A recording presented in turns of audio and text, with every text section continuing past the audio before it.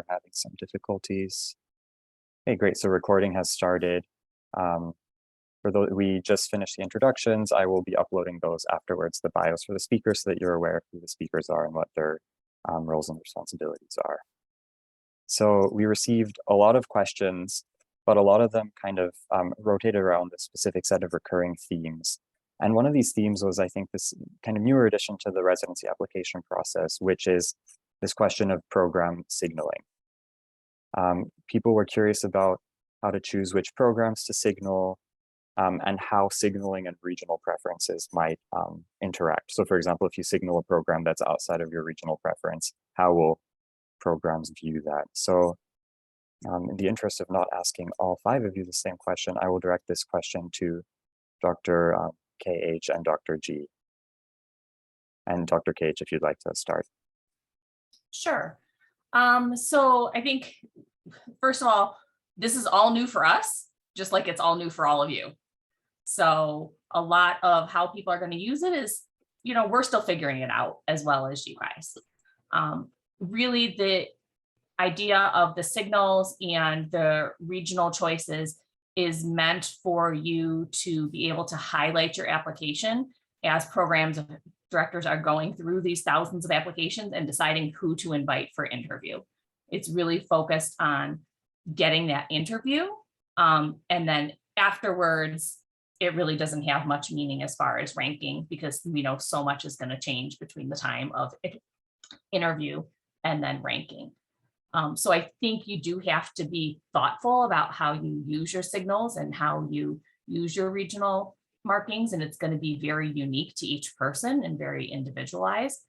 You probably want to use your signals for programs that you really want to go to. Honestly, that's what they're meant for.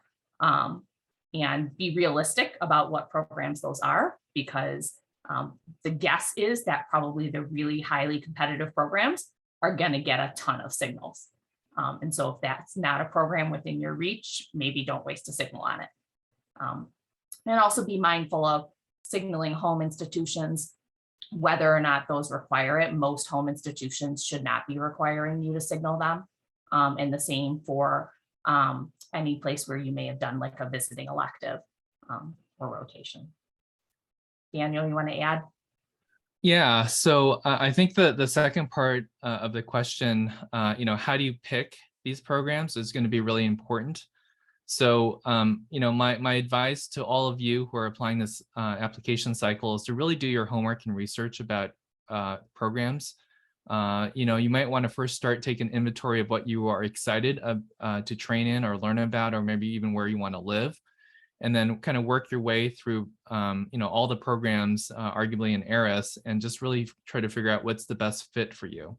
Is it going to be some mix of geographic and kind of clinical opportunities at a program? I've been advising our own students here to start reaching out to alumni, your current colleagues and faculty at your home institutions to see if they've trained there, if they have colleagues there.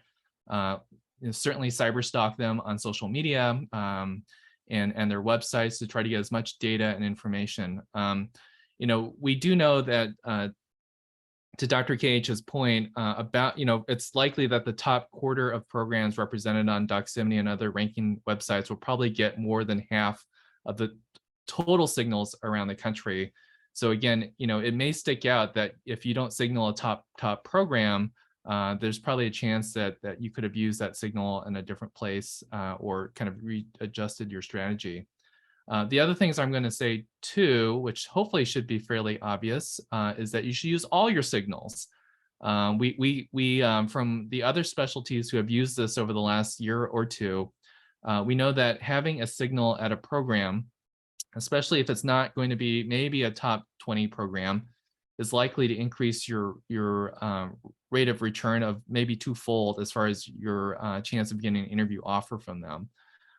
The thing I said actually today to our own medical students is that we do know statistically, signals only represent maybe 20% or even 10% of the programs you're going to apply to. So most programs will actually not get signals. So the lack of a signal should not necessarily be a turnoff to a program, but it is a way, it's a secure way of demonstrating that you have interest and you believe at the time before the interview that you could be a good fit with them. So hopefully this will alleviate some pressure downstream about, writing these so-called love letters to programs, telling that you're desperately interested in applying there and want to get an interview. This is kind of a secure way. And I would say the last thing is that the preference signals are meant to be a secure and confidential part of your application this year. Programs are not allowed to ask you where you've signaled. If programs do that, that is actually an NRMP violation of their code of conduct, as well as now ERIS.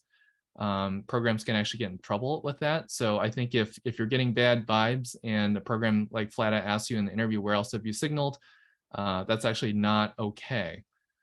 So just to recap, do your research, look up program websites or social media accounts if you have access to residents, because they may have put their email contacts out, or you have friends who are, maybe first or second year residents in various programs.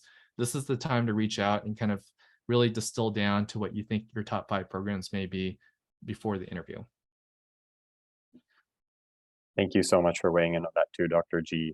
I wanted to check in just because this is a pretty big question this year, and because it's been a recurring question, if any of the other PDs had any thoughts on this question or anything they wanted to add before I move on to the next question.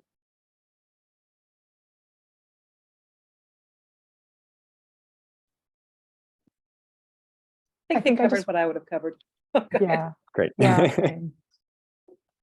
Great. So the next question that kept coming back a lot, and I'm moving on to it because it is related to the discussion that we've been having, is the question of letters of interest as well. Specifically, people were curious about when is the best time to reach out with an LOI, how to go about writing one in a convincing way, and how this should be timed relative to the interview, whether it's best to send one before versus after. And so I'll direct this question to, I'll start with Dr. Thomas and then also Dr. Batsel Thomas, if you wanted to weigh on this as well.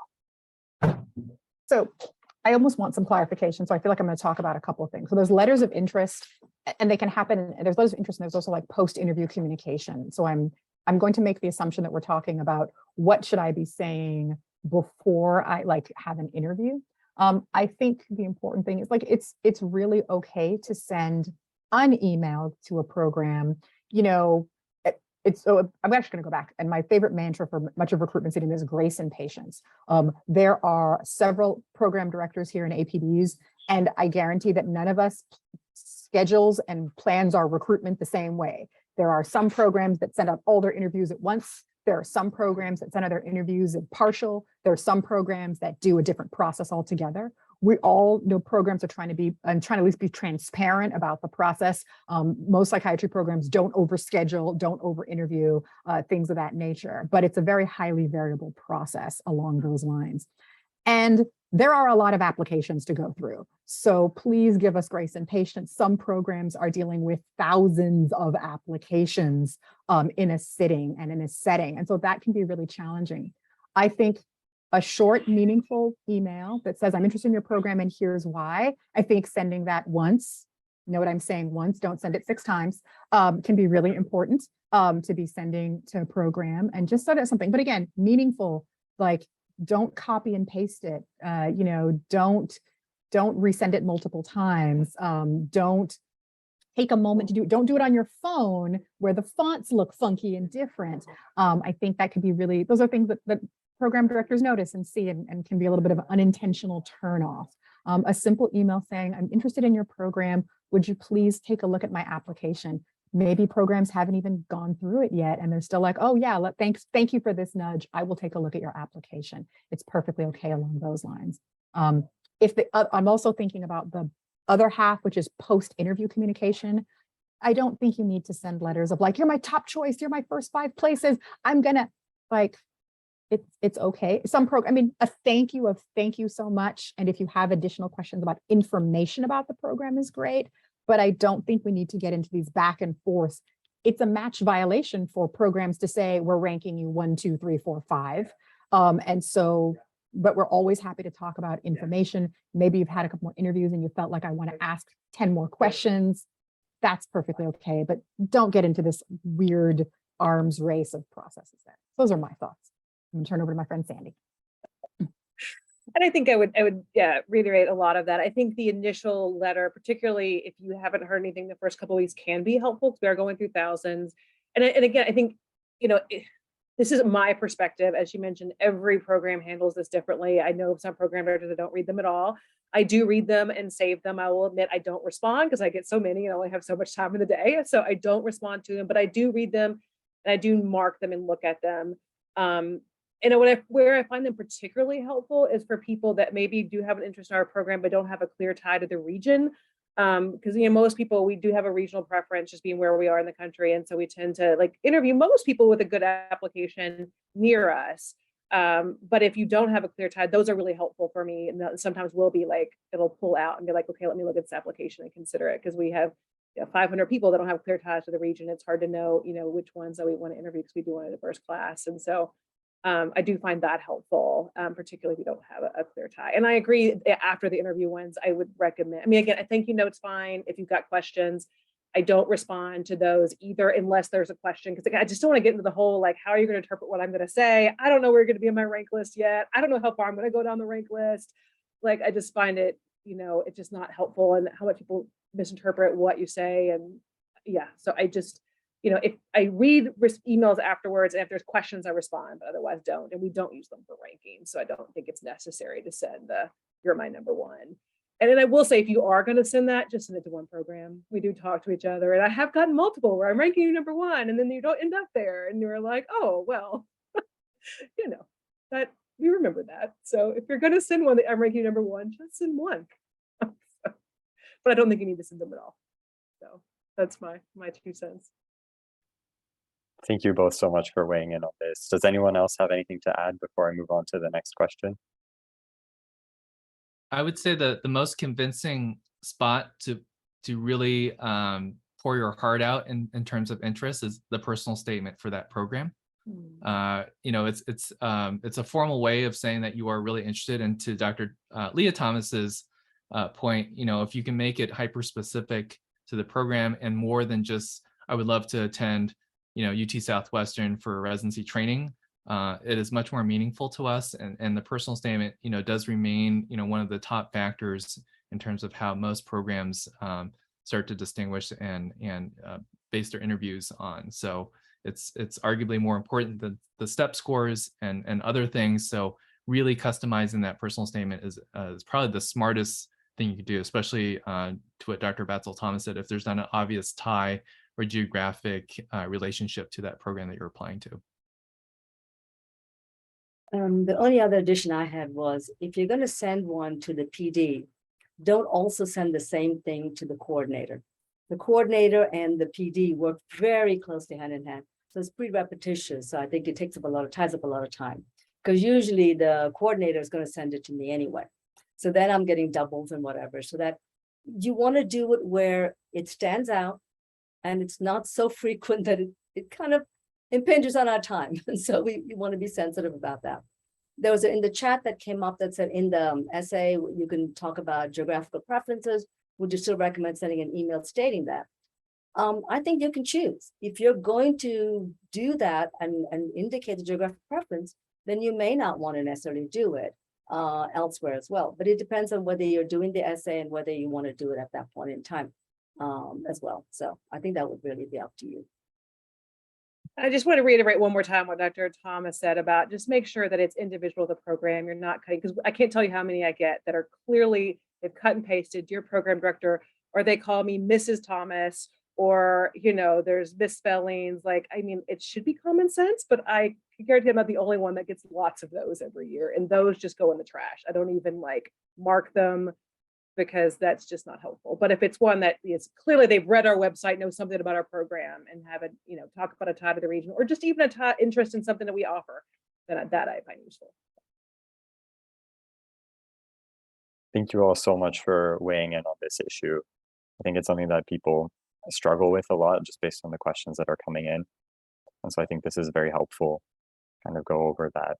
Kind of related to communication with programs, but more directly, we also got a lot of questions about interviewing, specifically how to be memorable during an interview, good questions to ask during an interview, and also Zoom presentation with ring light. This is a 3-tiered question. So we can start from the how to be memorable and how to present yourself. And then we can touch on the other aspects later. And Dr. Chandraiah and Dr. KH, if you wanted to weigh on this one. Sure.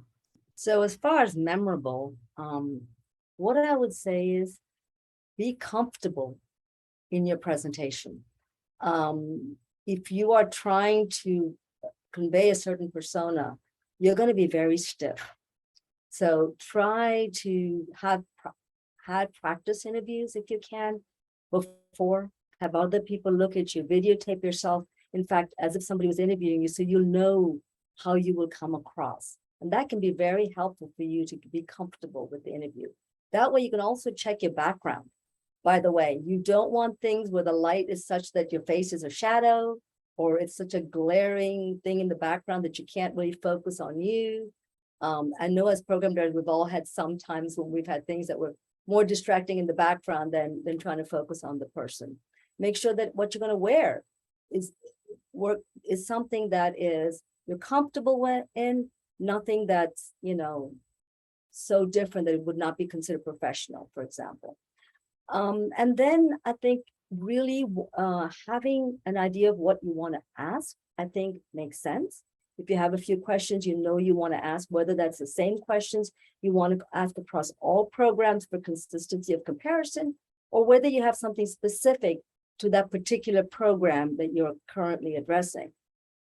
Be careful to know what program you're attending the interview for. I've had people asking things that a fellowship I don't have. It doesn't make a lot of sense. It tells me you really didn't read much about my website before you decided to, you know, come to this interview. Probably isn't going to go over that well with me. And then the other portion, I think, was what, Evan? It was a 3-part question. Presentation. Yes, so the 3 parts were how to be memorable, good questions asked during the interview, and then you also began to comment on this, but use of a ring light, what Zoom background to have, etc. As far as the questions to ask what you feel is the most important for you in terms of the residency that you want. So you will have predetermined what's important to you. You will have determined geographic area. You will have determined, you know, where are you going to want to live? What sort of a size do you want? Maybe geographic, maybe how much faculty resident ratio there is, maybe particular fellowships that you may want to go into afterwards, the size of the program, the city size, all those things you would have pre-thought about when you come to the actual point of the interview. So in that particular interview, if you're going to weigh certain specifics that allows you to compare them, ask those specifics. So for example, if you're particularly interested in women's mental health as a track or an interest, ask that. If they don't have that, you can still ask about it. They may have some faculty that are interested in that without necessarily having a track. If you're interested in research, again, you can ask generically if there's research, even if they don't necessarily have a track. That's important. The other kinds of things you want to ask about is things that are important to you. So resident life. If you want to ask about the camaraderie, if you want to ask about what sort of activities are done for wellness. And I'll just as an example, for my own program, we talk a lot about outdoor activities. We know where we are located. A lot of people that like it is because of the outdoor activities, smaller city, those kinds of things. And I'm very open about that. We're not a big city. We're not Dallas, for sure. You know, we don't have big city life, but we have something else that if that's what you're interested in, we might be a fit. So I'll let Daniel answer the rest of the things. Yeah, I agree with that. I think last year we had a couple of questions from applicants asking if they need to like buy, you know, uber expensive like ring lights and like buy a green screen, like etc. The simple answer is no. But I do, you know, it's hard to interview someone when all you see is a weird shadow on your screen, and I would say that's even happened as recently as last year. So just some other things I put in the chat. There's something called the REAF method, REAF, and no, I'm not advocating for certain illicit drugs, but it is something that I think a lot of people lose sight of. I mean, we do a lot of interviews. Most programs will interview each applicant, 3 to 5 times, depending on who you see. Most program directors interview every single candidate that walks in the door. So it's easy for us to make comparisons, and it's also easy for us to lose track of kind of the idiosyncrasies that people bring to themselves. The other thing is I was going to say about virtual interviewing, which I'll put in the chat here, just as is to really think about your we all, in fact, doing this right now, need to turn off all your extra annoying alarms, reminders, etc. Make sure your Zoom app, which is probably going to be the most common platform you'll use, is up to date. Zoom is continuously adding new features, and sometimes you may not be able to get into a breakout room on your interview day if you don't have the latest Zoom app. We've also encouraged people to think carefully about where they're accessing their interviews. So at least on our campus here, we have the library. I have my colleagues, not me, because I'm usually in my office, have donated their offices to students. And so that might be something if you have either janky internet at home, or you've got multiple animals or small children running around the background. It's kind of distracting. I mean, I know that life happens, and my kids right now are still in daycare, thank God. So those are the other things I would say. We do expect people to dress professionally. Last year we had someone in their bunny slippers, which we thought was hilarious, but in any case, from head down to their ankles, they were dressed appropriately. But do wear something that you would wear to a formal in-person job interview. And frankly speaking, these are professional job interviews. So there's a certain level of seriousness. It surprises me. I've been doing this for quite a while, not just here at Nebraska, but at my prior institution. We've had applicants actually tell their interviewers that they had not prepared for the interview. That is just like a death knell for their application. So don't ever give that impression that you have not spent the time and effort to research about a program, and have a good set of ask questions in your back pocket. The easiest thing that we can say is that cyberstalk all the people that you might be interviewing with, including the program director and probably the APDs as well, because they are the most likely people to interview. And it's always good to know what their interests and their passions lie as far as clinical care, or their research interests, or their medical education interests. And those things are really, really important, especially to try to get the flavor of each program. I want to add one thing, though, that's really important. And all of what Dr. Gee and everyone else has said is incredibly true. But if you have made it to an interview, that means the program does want you. So we're telling you this not because we want to scare you. We're telling you this because you've made it to the point where we want to interview you. And for most programs, we're narrowing down from 1,000, 2,000 applications to 150. And from there, divining hopefully a rank list. It means that we think that you might be someone who might fit in our program. And you are interviewing us as much as we're interviewing you. So don't lose sight of that aspect of things. Absolutely be professional. Don't blind yourself with your ring lights. I super notice, I'm a photographer by trade, background, and I super notice those little lights in your eyes. So it bothers me and I kind of get distracted. And unfortunately, I am someone unfortunately dealing with a strange background, as I'm not in my usual place, unfortunately.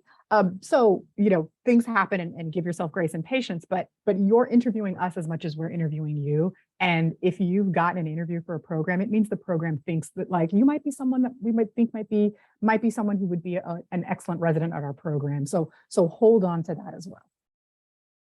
I can just add one other thing, and I agree with everything everybody says, but I just want to reiterate too, just remember that every component of your day is part of the interview, and even beforehand, your interactions with the coordinator.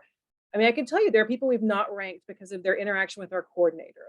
They had to email them 17 times to get something we needed, or we're just frankly rude to them, in kind of time they had to discuss paperwork. So please remember that it's not just the PD and things you're trying to impress, but we're looking at how you interact with staff too, because that's important to how you're going to interact with staff in your residency. So please keep that in mind. I have 2 other things that I just wanted to add. Have a backup device charged and ready to go. Whether that's an iPad, something, things always happen. The comments about being dressed head to toe, seriously, wear the pants that match the outfit that you're wearing. Even if you don't plan on standing up, your cat might break down the door, your computer might tip over, anything could happen, and then we'll see it all. Okay. And if you really want to get feedback on how you look, Zoom with your 14-year-old cousin. They will give you honest, brutal feedback about your online presence. That's all I had. Thank you all so much for weighing in on this question. I think it's a big one, and I think you had a lot of very valuable insights that might be hard to find online just at first glance. Another question that came up a lot, and this kind of reflects the fact that as PsychSign, we're not only there for domestic applicants, but also for US citizen IMGs and also non-US IMGs. And so I'm gonna split this up into two questions just in the interest of not being totally overwhelming, but if you would like to address the other aspect in advance as well, please go ahead, or if you think they're overlapping. And specifically the question is how to maneuver the match as a US citizen IMG / non-US IMG. And the questions we got around this issue were mainly revolving around how to compensate for a gap in US clinical experiences and any cultural or healthcare system differences that might make it more kind of difficult to adjust to the US healthcare system as someone who might have trained outside. And I will start with, you all just addressed the last question, so I'll go ahead and start with Dr. KH again, and then also Dr. G if you wanted to weigh in on this one. Daniel, I'm going to let you start off on this one because I know this is something that you've talked about before. Yeah. So I think we all recognize, all the PDs on this panel recognize that IMGs, whether the US or non-US based, are just having a tougher time. We see that in the numbers of people applying. We see that in the number of applications per IMG applicant, et cetera. I think the one maybe cool thing this year is that the signals, I think, will actually help distinguish you from other applicants, because it's a fixed number. You only have 5, and that presumably, if you've chosen and researched well, are going to be 5 places that you legitimately have interest. Most programs are seeing almost 50-50 splits now between IMG applicants and US MD and DO applicants right now. But that has been changing over the last 10 years. It used to be IMGs used to outnumber US grads. So I think related to the question, if you have US experience, I would go through each program and really look for a couple of things. One, to see if they've ever actually matched an IMG applicant. For newer programs, including mine, we don't have enough of a track record to say that we have routinely matched IMG applicants. We certainly have interviewed them.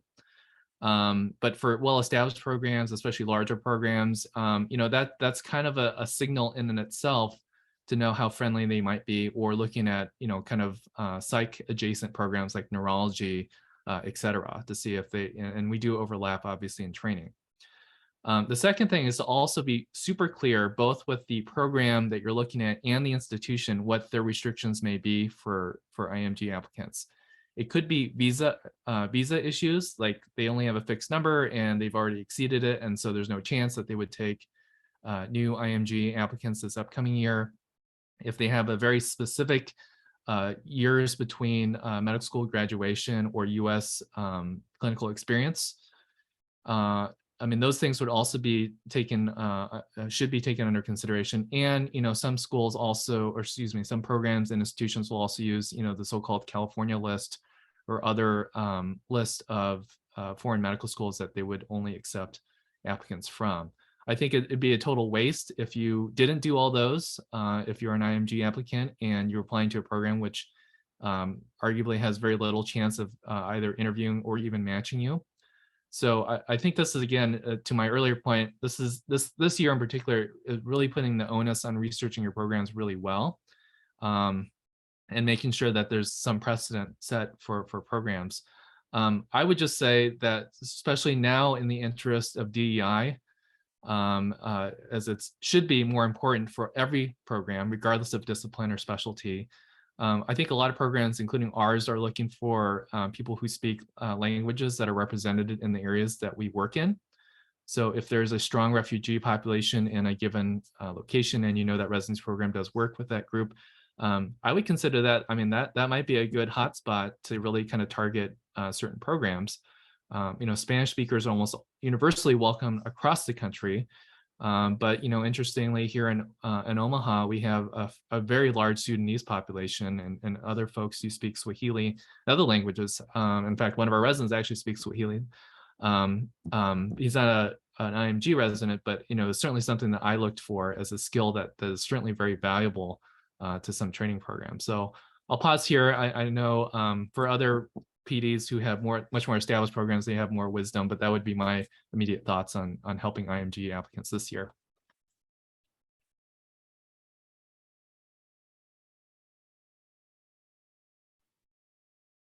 I would just echo what Dr. G said about really thinking about what your strengths are, whether that is language or cultural knowledge or experience with a certain patient population, in being smart about the programs that you apply to and the programs that you signal, and not wasting a signal on a program that doesn't take your visa or something like that. So it is a lot of work. You have to really do the research and be a little bit more thoughtful and choosy about how you apply.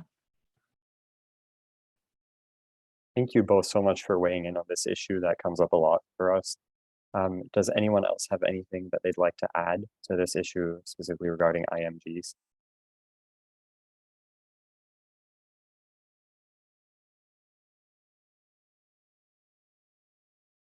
Great. If not, I'm happy to move on to the next question.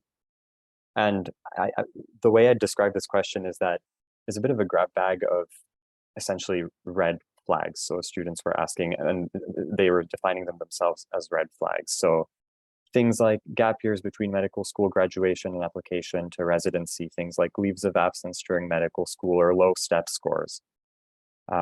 Specifically how to address these in the application and how to navigate questions about these as the application season moves forward.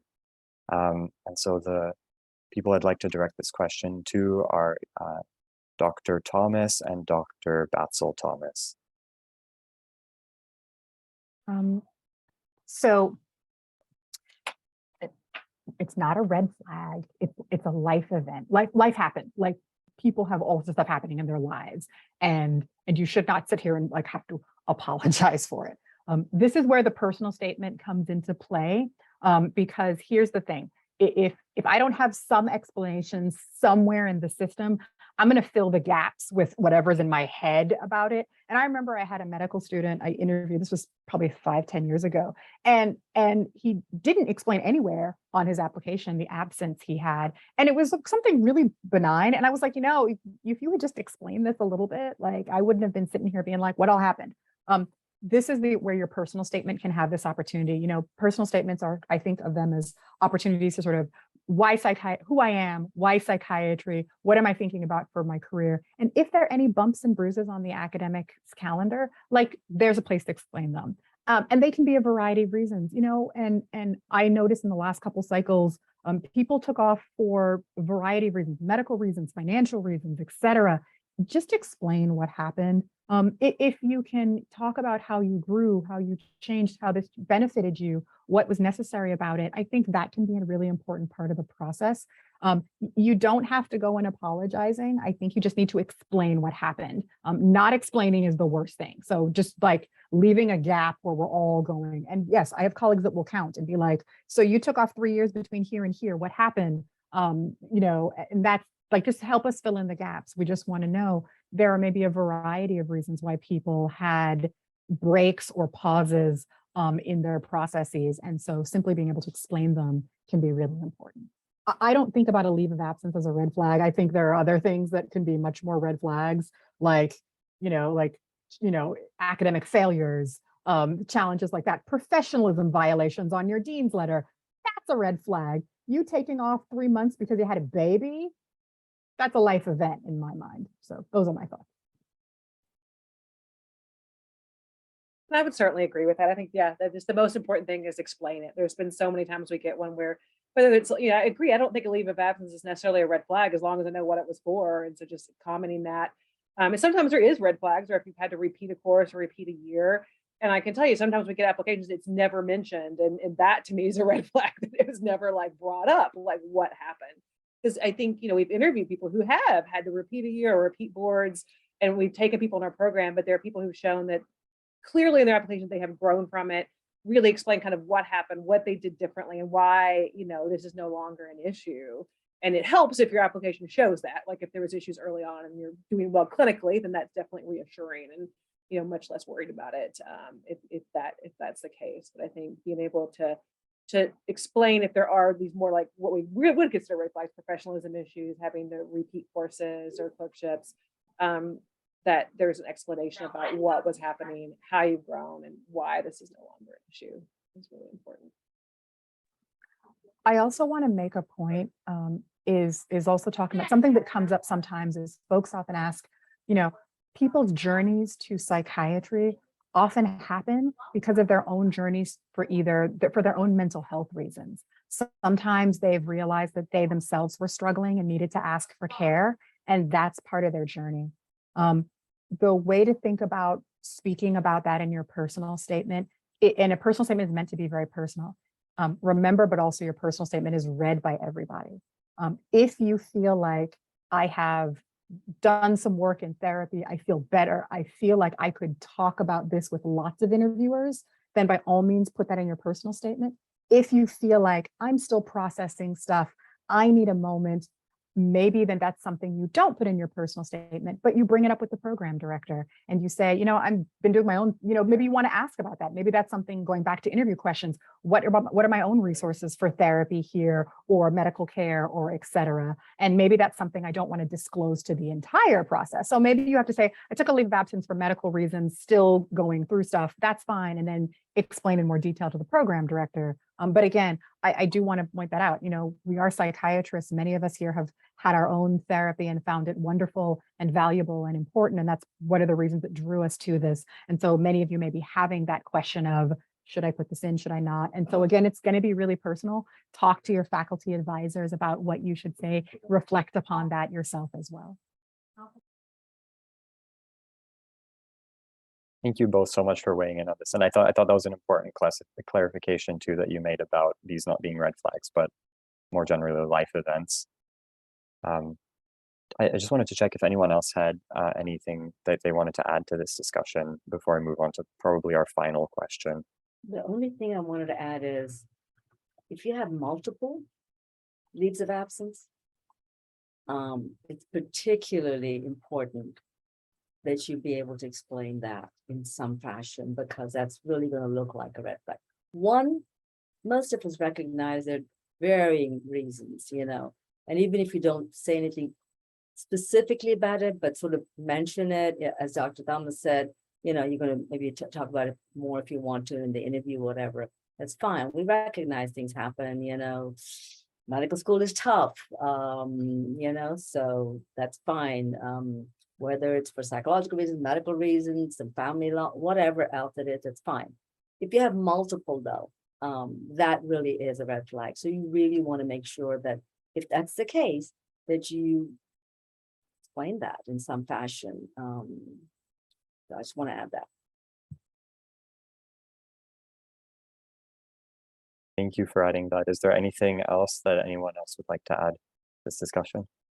Yeah, I was going to reference back to the personal statement comment that was made earlier. So the personal statement is a good spot to potentially address a red flag. I do want to remind everyone too that whatever you put in the personal statement is up for fair game for discussion. So I say that being somewhat cautious too, because I know that sometimes leaves of absences are due to medical or other serious family concerns. If you put that in the personal statement and it makes you uncomfortable to talk about it, I would probably not put it in the personal statement. I've been surprised over the past decade plus now that I will ask about something that's put in the personal statement. It doesn't have to be a red flag. And then it seems like the applicant is like totally off guard. Like, this is literally the one place on your application that you had full and total control over. And if you put something on there, I will likely ask you about it. And so I do want to emphasize that, I think probably most of the programs being represented today, I mean, it's arguable that probably maybe 20% of our applicants that we actually interview probably have a red flag. So again, I think Dr. Thomas said this earlier, if we are interviewing you, we are using our signals, our precious interview spots, and it's probably not that bad that we think that you're going to be a bad resident, but it is something that merits discussion and some comfort in being okay and owning that life event that happened to you. We know that with COVID too, some students have said, is it a red flag that I didn't do 800 hours of service volunteering? I had to go take care of my mom and dad who may have had COVID pneumonia, and like that is totally okay. Red flags are also not, I got a 215 on step 1. Is that a red flag? It's not really a red flag. We don't really care at that point. So do be thoughtful that whatever you disclose to us, especially in your personal statement, is fodder for us to ask more questions about, and you do need to be comfortable with it. Thank you so much for weighing in. So I do have one last question lined up, but I do realize we're short on time, especially since we started late. PDs, would you like to field one last question, or would you rather we wrap up at this point? I'm okay, keep going. I'm seeing some nodding heads. Okay, so the last question, I think it goes a few steps back and is going into kind of preparing the application and filling out your some personal statement. But it specifically, a lot of students were interested in how important is research experience, how extensive research experience are you expecting to see, and also if there's a kind of soft requirement for publications or for a certain number of publications. And I'll direct this last question to Dr. Chandraiah and Dr. KH, and also if anyone else wants to weigh in. So this is a question that certainly does get asked, and it depends on the program. There are some big, well-known programs that they would not even consider you if you don't have either certain scores, research, whatever, AOA status, etc. But so you have to have done your research beforehand. And there are programs that may have research tracks, so therefore they may be looking for people potentially that may have had some of that. But there are also programs that do not necessarily are not geared to focus on research, so that is not necessarily relevant. So in our program, we encourage certainly residents, if they're interested in doing research, to get involved in research or come up with ideas and have people get mentors for it, those kinds of things. But it is by no means either a requirement or an expectation. Now, we do have them do some things during our program that will help them understand research strategies, or how do you think in that research format, but we're not necessarily requiring it. So I think you have to really understand, looking at the website, how much of a focus there is for that program. And so if that is something you want, then you may not want to pick a program where that's not an emphasis, because then you're going to be in that academic role of research being a significant part of your future career. It doesn't make sense to go to a primarily clinically focused with an optional research program. So that's what I would say. Is it just depends on the program that you apply to. Yeah, I would absolutely agree. It depends on the program. For a clinically driven program that doesn't have a high research focus, it's a feather in your cap. It's a way to make you stand out. I don't think it hurts you, but is it required? No. For those programs where research is very heavy in the program and an expectation, then yeah, you definitely need it. So it depends where you want to go and what you want to do. One other thing I want to mention is if you do have research experience and it is in your CV, please make sure you recall the research. I will ask you about that research or some of that research. And if you can't tell me what your role was and some specifics about it, it's not going to come across real well.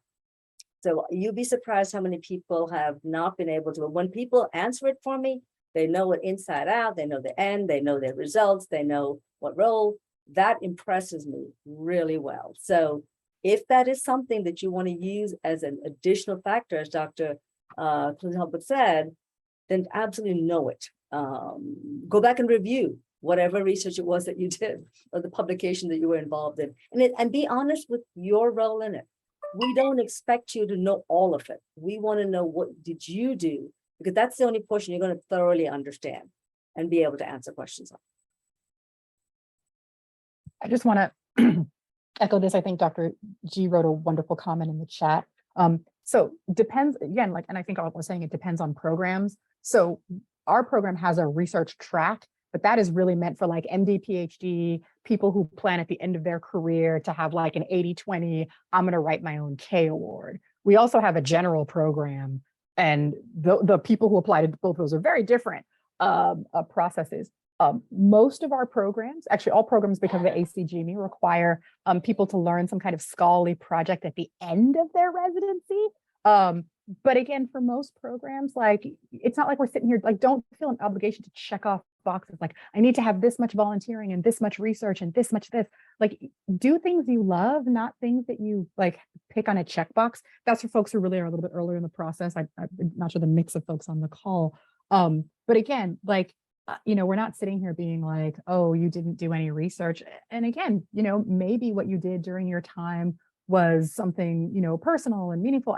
I've seen folks, I have read applications of folks who had soccer leagues and, other activities and were health navigators or were newsletter editors for their medical school journal. Like, there are a lot of things that people can do that are interesting. And they don't have to feel like, but I did research. Again, if you are applying for a research track where your goal at the end of this is to be a clinician scientist, then yes, those tracks specifically do need you to have demonstrated a body of work, demonstrated that you have a commitment to this process. But for most, and you have to look at programs along those lines, and they will kind of give a sense of what's happening there.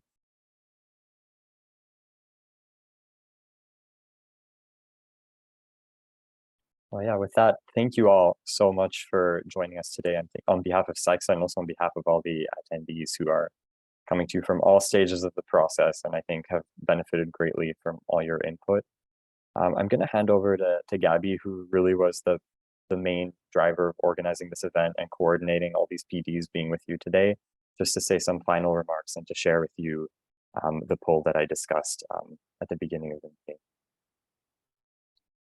Thanks, Evan. You saved the day. I had a clerkship today and he stepped in at the last minute, so it was very nice. So thank you all for coming.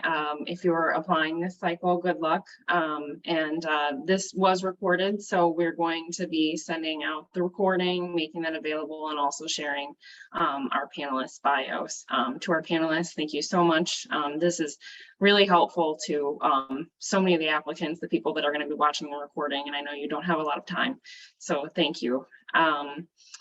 I'm going to share this poll, which will kind of assess what format those of you that are still on the call would like to see the next National Psych Science Conference to be presented in. So I'm going to launch that now. If you could respond, that would be great. And then once we get those results, we can share those, I hope. And that'll just give us an idea of where we're going. See, I'll wait until a little bit over half have responded so I don't keep anyone on too long.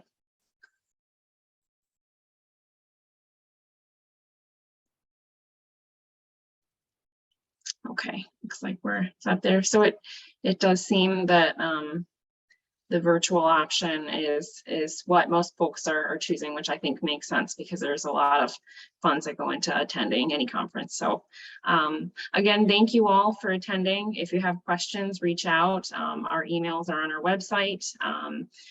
We also have a newsletter. If you look up PsychSci, you can go ahead and register for that as well.